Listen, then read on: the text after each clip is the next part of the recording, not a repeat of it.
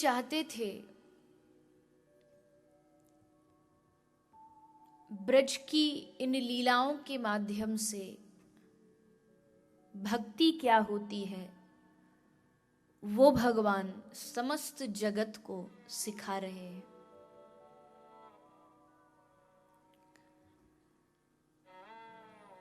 ब्रज के लोगों ने भगवान से प्रेम किया है, भगवान की पूजा नहीं की।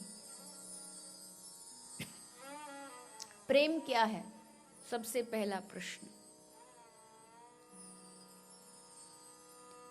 ये प्रश्न जितना छोटा है उतना ही गंभीरता को लिए हुए है।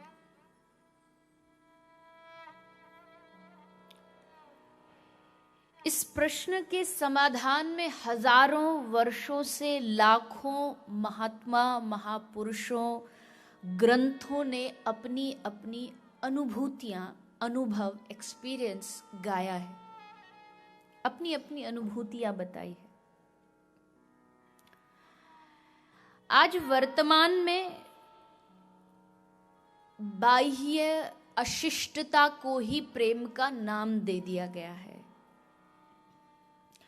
आज ऐसा समय है कि एक सभ्य व्यक्ति अपनी जिह्वा से प्रेम शब्द को जुबां पर लाने में थोड़ा संकोच का अनुभव करता है। एक अनजान सी लज्जा उसे महसूस होती है, क्योंकि इस शब्द को पूर्ण रूप से, पूरी तरीके से बदल ही डाला गया।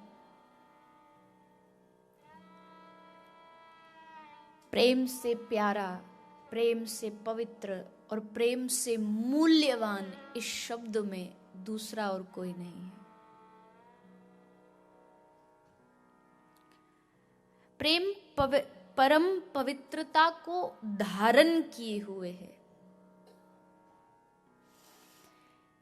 किसी ने कहा तो फिर बताइए ना प्रेम की परिभाषा क्या है, प्रेम कहते किसको है? तो कहा कि जब तक कहने की स्थिति आपकी बनी हुई है तब तक समझिए आपको अभी प्रेम की अनुभूति नहीं हुई है। बात को थोड़ा सा समझने का प्रयास करिएगा। आज की जो कथा है मैं उसकी भूमिका थोड़ा सा तैयार कर रही हूँ, क्योंकि आप जिस कथा में आज प्रवेश करने जा रहे हो वो कथा इस जगत से परे की कथा है। तो उसके लिए पहले भूमि भी उतनी ही उपजाऊ चाहिए, तभी तो उस पर खेती हो सकती है। मन भी तो प्रेम से भरा होना चाहिए। तो कह रहे हैं कि जब तक प्रेम को बताने की स्थिति आपकी है, प्रेम की अगर आप डेफिनेशन बता पा रहे हैं, इट मीन्स कि आपने अभी तक प्रेम को अनुभव ही नहीं किया है। क्योंकि जब प्रेम अनुभव होता है तो नारद जी नारद भक्ति सूत्र में कहते हैं मुंह का स्वादनवत। प्रेम कैसा है? गूंगे के जैसा। गूंगा समझते हैं ना, जो बोल नहीं सकता है। तो अगर आप जो बोल नहीं सकता उसको कह दीजिए कि चलो बताइए प्रेम क्या कहते, प्रेम किसको कहते, उसके पास शब्द ही नहीं, आवाज ही नहीं, तो कैसे बोलेगा? प्रेम भी एक मुंह का स्वादनवत, डूबे सो बोले नहीं। संत कह रहे हैं डूबे सो बोले नहीं, जो बोले सो अनजान। मतलब पानी में जब तक ऊपर ऊपर तैर रहे हो तब तक आप बात कर पाओगे, लेकिन जब पानी में डूब जाओगे तो बोलने की स्थिति हट जाएगी। अब आप पानी में डूब चुके हैं। Now you can not speak a word, you can not से अ सिंगल वर्ड। डूब चुके हैं आप उसमें।